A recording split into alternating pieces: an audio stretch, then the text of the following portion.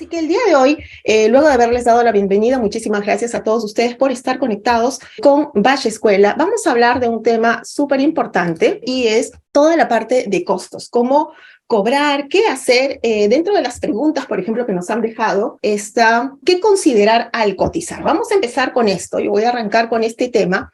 ¿Qué debemos considerar al cotizar? Y es que hoy en día estamos viendo que obviamente a través de la coyuntura a la cual estamos enfrentando por este proceso de reactivación post-pandemia, estamos viendo que ha habido también por el boom de los cursos digitales o de la educación digital o de la fácil accesibilidad, ya muchas personas están ingresando al segmento o al mercado con poca, nula, mediana preparación. ¿Y esto qué hace? Que hayan muchos más ofertantes en el mercado. ¿Qué quiere decir? Personas que van a ofrecer sus servicios, pero al desconocer detalles como, por ejemplo, costos adecuados, cómo cobrar tu mano de obra, qué cosa es un costo por hora hombre, o tan solo al no conocer y al subvencionar o subsidiar o poner estos cargos ocultos, decir las cosas son mías, no cobro nada, etcétera, se genera una distorsión en el mercado. ¿Qué provoca esto?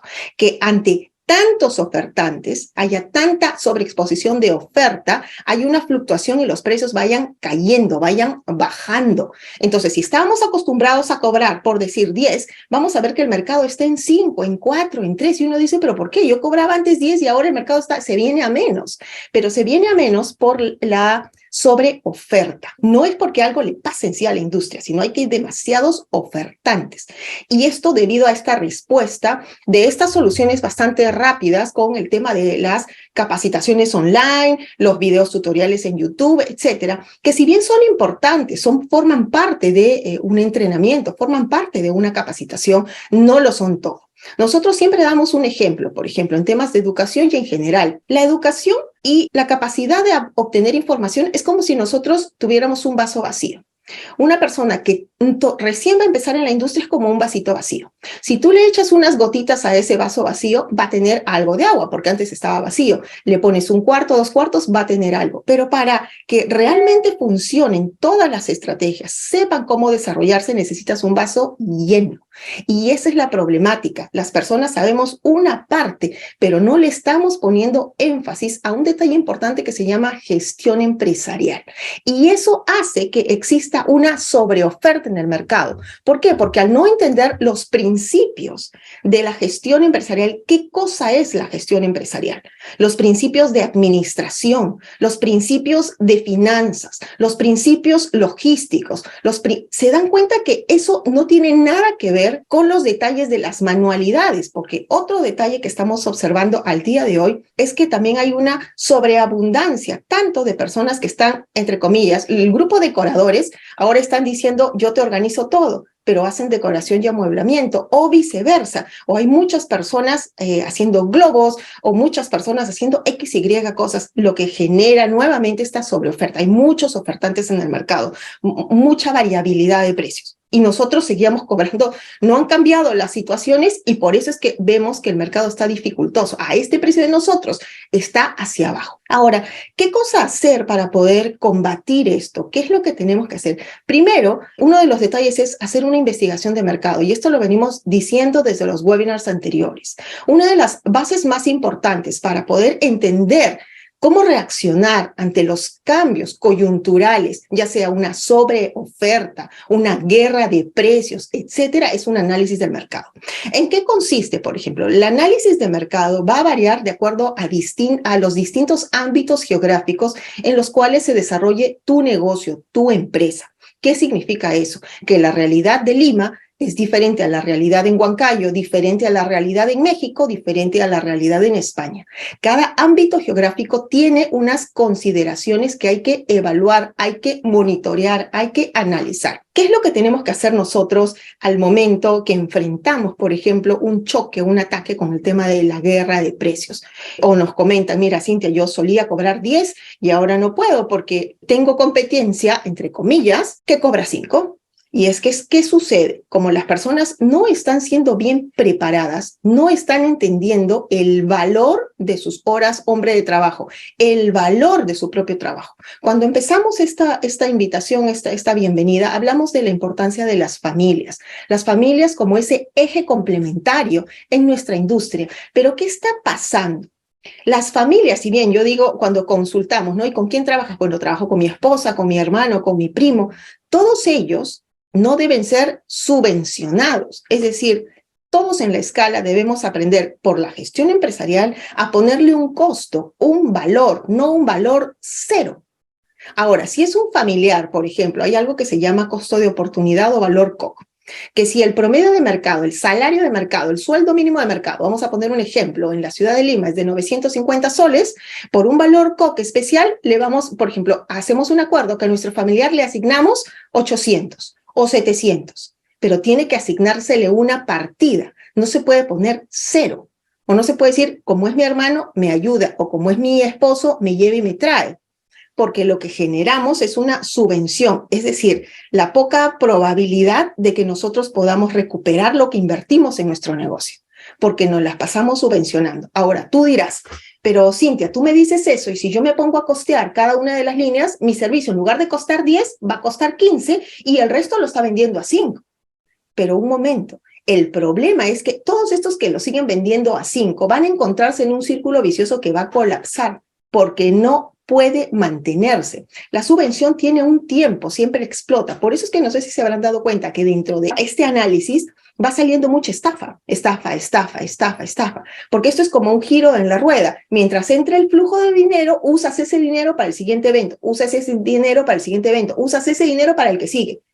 Cuando se detiene el flujo, a alguien no se le va a cumplir el trabajo. Y eso se determina finalmente es una estafa, ¿no? O sea, se cobra por un servicio que no se brinda finalmente, ¿no? O un incumplimiento de contrato, como lo dicen en términos para no entrar en un tema legal. Pero lo que vamos es que nosotros, las personas que entramos a la industria de eventos, siempre les consultamos. Hay dos maneras de ingresar a la industria de eventos: para hacer empresa o como un hobby. Es decir, como una respuesta a querer hacer algo con nuestro tiempo. Pero si nosotros vamos o decidimos ser empresarios, hacer una empresa de esta industria, que no solamente es una industria de las fiestas, esta es una industria que mueve millones de dólares a nivel internacional, es una industria multibillonaria en otros lugares, tanto en Europa como en Estados Unidos, es una industria que mueve mucho dinero. Ahora, la pregunta es, ¿yo de qué manera me beneficio de ese movimiento? Porque vamos a hablar de temas de, por ejemplo, la sobreoferta, la dificultad que tengo al competir con el mercado. Después vamos a hablar de la formalidad versus la informalidad. Pero yo, ¿por qué voy a agregar impuestos? Esa persona no cobra y yo tampoco. Entonces, acá no solamente se trata, si bien hay que hacer un análisis del mercado, se trata también de analizar de qué cosa quiero yo hacer como empresario y a dónde voy a llegar yo. Porque si me la paso mirando al vecino, lo que hace todo el vecino, y quiero copiarme, no me diferencio. Y la diferenciación viene desde, por ejemplo, yo empecé con un trabajador, ahora ya tengo 10. Empecé informal, ahora ya soy formal. Empecé sin una oficina, ahora ya tengo una oficina. Empecé con un sueldo pequeño, ahora ya tengo mi propio sueldo, mi AFP, y estoy ahorrando para mi futuro. Y es que este tema de la pandemia nos tiene a nosotros que enseñar como industria en general y como comunidad empresarial a que debemos de ver que la energía que tenemos ahora, que somos jóvenes, para hacer dinero ahora, también separemos un fondo para cuando ya no tengamos esa fuerza ni esa energía, porque la pregunta es, ¿tú hasta qué edad vas a trabajar? ¿Hasta que tengas 80, 90? ¿Has pensado en un fondo de jubilación? ¿Qué vas a hacer después? ¿De qué vas a vivir? Entonces, a veces tenemos una visión un poco cortoplacista al día de hoy. Y si bien hay responsabilidades al día, que está bien, tenemos que este día de hoy nos tiene que ayudar también a pensar en el futuro. Los que son padres, los que tienen hijos, que están en la universidad o hijos pequeños, con mayor razón. Entonces, ¿qué sucede si yo me desespero? Veo que la competencia va abajo, yo he cobrado 10, subvencionando, porque no le estoy poniendo ningún valor a toda mi familia. Es más, yo digo, todos los homenajes son míos, entonces yo los pongo a valor cero. Sacrifico todo, es decir, ¿y dónde está tu reposición? Tu costo de reposición. ¿Dónde está tu reinversión? ¿Dónde está tu valor, tu propio alquiler? ¿Y cuál es la diferencia cuando yo tengo mi menaje, por ejemplo? No es que yo le voy a poner valor cero. Lo que pasa es que yo tengo que trabajar con una tarifa preferente al mercado. Si el promedio de mercado en tema de mobiliario está a 10 y yo he invertido en mi mobiliario, yo tengo que haber hecho una proyección para encontrar un punto de equilibrio que viene a ser el proceso de recupero, en cuántos eventos voy a hacer ese recupero y a partir de qué evento recién tengo una ganancia.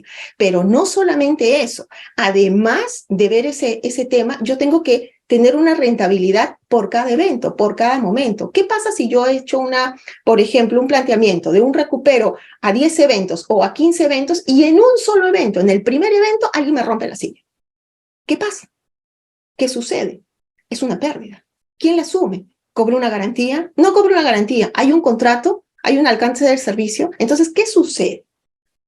Muchas de las fallas se inician porque uno no conoce cómo aplicar una adecuada gestión empresarial en su propio negocio. Cuando uno entiende el concepto de la gestión empresarial, lo aplicas a cualquier tipo de negocio, es una bodega, a cualquier negocio, porque la columna vertebral de un negocio es la adecuada administración. Y cuando a veces uno quiere dar una clase de costos, son pocas las personas que dicen, yo quiero participar, yo quiero estar en la clase de costos. Pero cuando uno dice, voy a darte una clase de, no sé, pues el arco orgánico de globos, todo el mundo levanta la mano. Entonces la pregunta es, ¿en qué me tengo que enfocar? ¿No? Y otro detalle es que hoy en día los empresarios estamos tan distraídos con la coyuntura que nos hemos transformado en community managers. Nos hemos transformado en tiktokeros. La pregunta es, ¿para qué tipo de persona eso le es negocio? Para un influencer que vive de eso. La gente que tú ves que está todos los días, mañana, tarde y noche en los videos, es porque se gana. Formas parte del JPP, que es el programa de pagos que da YouTube a todas las personas que son creadores de contenidos. Y por esa razón, cada vez que tú ves uno de sus videos, le das una cierta cantidad de centavos de dólar por cada vista de advertise que tú tienes. Si tú ves un video y te va saliendo, vas pagando. Igual, cada quien en el tema que se encuentre va a vender o promocionar, pero ganan por otra cosa. Hay programas de pago de Facebook, programas de pago en YouTube, programas de pago por todos sitios. Entonces, no, ese es su trabajo. La pregunta es, ¿tu trabajo es ser influencer? ¿Para eso estás trabajando? Ahora, si ese es tu objetivo de negocio, es otra cosa. Pero tú dices, no, yo soy un empresario en la industria de bodas, ¿y de qué me tengo que preocupar? ¿Cuál es la finalidad mía como empresario? Ver la administración de mis recursos. Es decir, ¿qué es lo que le pasa a todo mi mobiliario, a mi logística, a mis manteles, a mis mesas, a mi personal, a mi empresa? ¿Cómo van mis flujos de entrada y salida, mis precios? Tengo tarifas, tengo listas de precios, tengo que dedicarme a costear, tengo que hacer análisis de mercado, tengo que ver la actualización de precios de los proveedores, etcétera. Ese es mi trabajo y tengo que vender. Trabajo de nosotros es vender. Ahora, cuando a veces dicen, pero sí, Cintia, ok, pero yo tiktokeo porque yo vendo. La pregunta es, uno siempre tiene, antes de hacer algo, porque todo lo que hacemos lo hacemos de manera más orgánica, es decir, él lo hace, entonces yo también lo hago y él también lo hace. Y uno solamente repite, replica, imita o se copia. Entonces, no estás entendiendo tu negocio. Es como cuando hablamos en el webinar anterior y hablábamos del caso Wedding Planners, ¿no? Y nos decían, pero Cintia, a mí me han dicho que tengo que cobrar tanto. O nos preguntaban, ¿hay un porcentaje de lo que tengo que cobrar? Entonces, el tema es, nadie te puede decir a ti cuánto tienes que cobrar por tu servicio. Ahora, el mercado te da un indicador, como un termómetro de la temperatura alrededor de la industria, mas no es excluyente en el sentido de que tú tienes que cobrar lo que el mercado indique necesariamente. Y les puse en el webinar pasado un ejemplo sobre el tema del costeo. Una gaseosa, una Coca-Cola, ¿ok? La Coca-Cola, como insumo, etcétera, vale, por ejemplo, en el mercado 1, en el mercado mayorista 1, en el menú 1.50, en el restaurante de la esquina 2 soles, en el restaurante de 4 estrellas 5 soles, en el restaurante de 5 estrellas 10 soles, en el hotel de 4 estrellas 15 soles, en un Ritz o Carlton de todas las estrellas de la tierra en el centro de Manhattan $20. La misma gaseosa. ¿Qué pasó? ¿Se dan cuenta? Y no se trata de que tiene que valer igual en todos los tramos, porque los costos alrededor de cada empresario varían son diferentes. Entonces, a mí no me puede decir alguien cuánto tengo que cobrar yo. Yo tengo que hacer un análisis, tengo que hacer mi tarea. Y eso es a veces el reto en que las personas no quieren hacer su tarea. Y a veces es mucho más fácil que a uno le digan cuánto voy a cobrar o qué porcentaje, pero el porcentaje varía.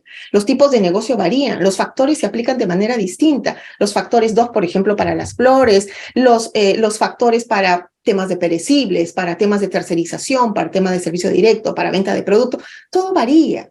Entonces, las cosas no son tan facilistas como a veces las exponen. O más aún, un poco trilladas cuando a uno le dicen, tienes que cobrar tanto. Ya eso simplemente, yo a veces digo, bueno, entonces le falta una capacitación a esa persona, ¿no? Y es que cada uno tiene que tener una tarea año a año. Y eso es algo que nosotros hacíamos en nuestra compañía. Los meses de enero los dedicábamos a hacer análisis de todo lo que pasó, la parte histórica, análisis histórico, corrección de la data histórica, porque cuando uno va con los años, probando muchos detalles, vas encontrando nuevas fórmulas o vas ajustándolas. Por ejemplo, el tema de los imprevistos. Yo he tenido la oportunidad de trabajar con agencias publicitarias y eso es algo que nosotros hemos aprendido. En temas corporativos uno pone un valor de imprevistos. Pero en mi caso particular yo siempre decía, ¿por qué le tengo que cargar al cliente en la línea social? Porque en la línea corporativa como que hay mayor presupuesto, pero en la línea social yo decía, ¿por qué tengo que cargarle al cliente el imprevisto, que es mi inefectividad de prever cosas que puedan pasar? Si se supone que tengo la experiencia, tengo el registro de la data histórica, ¿por qué no bajo todo eso y ya se lo cobro?